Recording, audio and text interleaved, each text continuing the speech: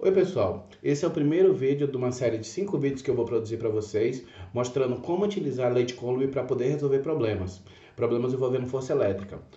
A partir da lei de Coulomb a gente vai poder calcular alguns dos parâmetros que aparecem na fórmula da lei de Coulomb e também determinar o vetor força elétrica. A fórmula da força elétrica foi verificada experimentalmente no século XVIII pelo francês Charles de Coulomb. Para isso ele utilizou um experimento semelhante a esse, que a gente chama de balança de torção. Nele, a gente tem duas cargas separadas por uma distância r, como vocês podem ver aqui. E aí, através de experimentos, ele conseguiu mostrar que a força elétrica é inversamente proporcional ao quadrado da distância e proporcional ao produto das cargas, assim como a força gravitacional. Então, como vocês podem ver aqui, eu comparando aqui as duas forças, a força gravitacional e a força elétrica, eu verifico aqui que a força gravitacional ela é proporcional ao produto das massas e inversamente proporcional ao quadrado da distância. De forma semelhante, a força elétrica ela é proporcional ao produto das cargas e inversamente proporcional ao quadrado da distância. Vale lembrar que a força gravitacional ela já havia sido verificada, ela já havia sido descoberta, então existiam algumas evidências de que outras forças possivelmente obedeceriam leis semelhantes à da força gravitacional. Provavelmente deve ter sido isso que levou Coulomb a tentar fazer um experimento para verificar essa relação. Como vocês podem ver também, aqui eu tenho uma relação de proporcionalidade. Para tornar isso igual, é necessária uma constante de proporcionalidade e o valor dessa constante vai ser 1 sobre 4πε0. Geralmente, é adotado para o valor dessa constante elétrica esse valor aqui, 8,85 vezes 10 a menos 12.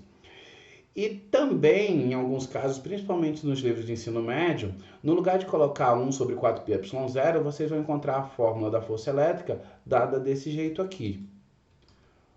K. E esse K nada mais é do que esse 1 sobre 4πε0. Já quando a gente faz a conta para colocar o K aqui, a gente vai ter como valor para K esse valor aqui. Bem, basicamente, para calcular o módulo de uma força elétrica, a gente utiliza essa expressão. E para identificar o vetor força elétrica, a gente vai já ver como é que a gente faz aqui no próximo slide. Para você identificar a direção do vetor força elétrica, você deve levar em consideração qual o sinal das cargas. Então, o que é que a gente sabe? A gente sabe que carga com o mesmo sinal, elas se repelem. Então, se eu tiver, por exemplo, duas cargas positivas, eu vou ter uma força de repulsão. Então, aqui eu tenho duas cargas positivas, eu tenho uma carga Q1 e uma carga Q2. A força elétrica ela vai ser de repulsão. Então, se eu estiver interessado na força que a carga 1 faz na carga 2, eu vou ter essa força aqui, F de 2. Por quê? Porque essa força ela vai empurrar a carga 2 para o lado de lá. De forma semelhante, se eu quisesse a força que a carga 2 faz na carga 1, eu teria essa outra força. Bem, e se fossem duas cargas negativas? Se fossem duas cargas negativas, eu ia ter essa situação aqui e eu também teria força de repulsão. Então, a força que a carga 1 faz na carga 2 está aqui e, de forma semelhante, eu tenho aqui a força que a carga 2 está fazendo na carga 1. Agora, o que é que vai mudar? Bem, vai mudar se eu tiver cargas com sinais opostos. Por quê? Porque cargas com sinais opostos se atrai. Então, eu vou colocar aqui uma carga positiva e uma carga negativa. Então, qual é a força que a carga 1 faz na carga 2? É essa força aqui, de atração. Ela está puxando a carga 2 na direção da carga 1. E a carga 2 também está puxando a carga 1 na direção da carga 2. Tá aqui a outra força. Uma coisa que a gente também sabe pela terceira lei de Newton é que aqui eu tenho um par ação e reação. Por quê? Porque se a carga 1 faz uma força na carga 2, a carga 2 também faz uma força na carga 1. Então, essas duas forças elas têm a mesma direção, possuem a mesma intensidade, mas elas possuem o sentido contrário, de acordo com a terceira lei de Newton. Então, a gente pode fazer o seguinte, o módulo dessas forças são iguais. O vetor força elétrica que cada uma dessas cargas fazem, eles são diferentes do ponto de vista vetorial, mas não do ponto de vista da intensidade. A intensidade ela é a mesma para as duas, tanto é que na hora de calcular eu vou utilizar a fórmula da lei de Coulomb para calcular o módulo, que é igualzinho, ó. Por quê? Aqui eu coloco o módulo das duas cargas e eu vou dividir pelo quadrado da distância e colocar aqui a minha constante de proporcionalidade.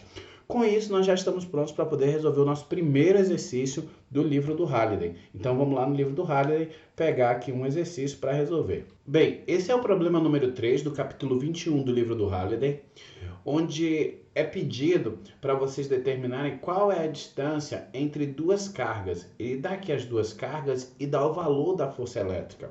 Então, o primeiro passo em todos esses problemas é vocês tentarem esquematizar a situação que vocês têm, principalmente em casos como esse, em que não é dado figura nenhuma. Então, olha só, eu tenho aqui as duas cargas, eu tenho aqui a minha carga Q1, que é essa aqui, ela é positiva e o valor dela é 26 microcoulomb. Importante, eu destaquei aqui, ó, que nós não vamos trabalhar com a fórmula da força elétrica utilizando microcoulomb, a gente vai ter que deixar em coulomb. Então, micro, a gente vai pegar esse prefixo, verificar que micro, ele vale 10 a menos 6. E a mesma coisa que a gente vai fazer aqui com a carga Q2. A carga Q2 é menos 47 microcoulomb. A gente vai colocar dessa forma, vezes 10 a menos 6 coulomb. Então, a gente vai ter aqui a força que a carga 1 faz na carga 2, é essa força. E de forma semelhante, a carga 2 faz uma força na carga 1 dessa forma aqui. Por quê? Como eu falei para vocês anteriormente, eu tenho aqui cargas com sinais opostos, então eu tenho aqui duas forças que fazem com que essas cargas acabem se atraindo. O que eu quero no meu problema? Eu quero justamente o valor da distância entre essas duas cargas. E é me dado aqui o módulo da força entre as duas cargas, que é 5,7. Ele não especifica se é o valor F de 1,2, né? Ou a força que a carga 2 faz na carga 1, esse F de 2,1. Bem, é uma dessas duas forças, não preciso especificar. Por quê? Porque o módulo dessas duas forças, como a gente viu também, de acordo com a terceira lei de Newton, ele é igual. Então, eu tenho isso aqui, ó. Eu tenho essa relação aqui de igualdade. Então, eu tenho uma força, eu tenho umas cargas, a única coisa que eu não tenho é a distância. É simples fazer esse problema porque é uma aplicação de fórmula direta. Então, eu vou fazer o seguinte, ó. Eu vou pegar aqui a fórmula da lei de Coulomb, né, que é a minha constante de K, o produto das cargas dividido pela distância. Vou pegar os valores e vou substituir. Agora é só substituir os valores aqui na expressão. Então eu vou ter o que aqui? Eu vou ter aqui o valor da minha força, que foi dado aqui, ó, 5,7. Eu vou ter aqui a minha constante K, que eu já mostrei para vocês o valor. Eu tenho aqui o módulo da carga Q1, a carga Q1 é dada aqui, a gente vai colocar aqui o valor da carga Q1, lembrando, a gente não vai trabalhar com micro, a gente já utilizou o valor do prefixo micro aqui, 10 a menos 6, e aqui eu tenho o valor da carga Q2, tá? Ou seja, o módulo da carga Q2, então eu não vou utilizar aqui o valor negativo, eu vou usar 47 vezes 10 a menos 6. Com isso, o próximo passo é só fazer a multiplicação. Então, o que é que eu fiz? Eu simplesmente multipliquei aqui esse valor, esse outro e esse outro, já que eu tenho uma multiplicação e na multiplicação a ordem dos fatores não altera o produto. Então, eu tenho aqui, ó, o valor da multiplicação desses três valores. E aí, o que é que eu vou fazer aqui? Agora é só eu multiplicar as potências de 10. Repito a base e somo os expoentes. Então, eu coloquei aqui, ó, menos 6, mais 9. Tá tudo aqui. Somando tudo isso aí, vai dar 10 elevado a menos 3. Então, eu tenho isso aqui. Agora, pessoal, o que é que eu faço? Daqui para cá, eu só vou fazer o seguinte, ó.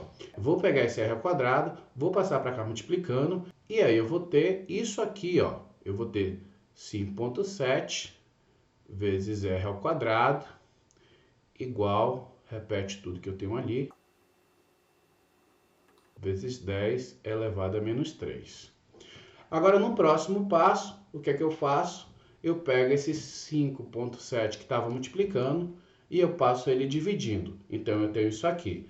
Agora, é só pegar esses números aqui, ó, e fazer essa divisão, que eu vou ter isso. E agora, o que é que eu faço? Bem, como aqui eu tenho 10 a menos 3, é a mesma coisa que eu pegar esse número e dividir por 1000. Então, eu vou pegar ele e dividir por 1000, que eu vou ter isso aqui. Então, o r ao quadrado é isso aqui, ó. Então, se eu quero o valor do r, que é a minha distância, que é justamente o que está sendo pedido aqui, é só tirar a raiz. E aí, eu vou ter um valor aproximado de 1,39. Bem, espero que vocês tenham gostado do vídeo.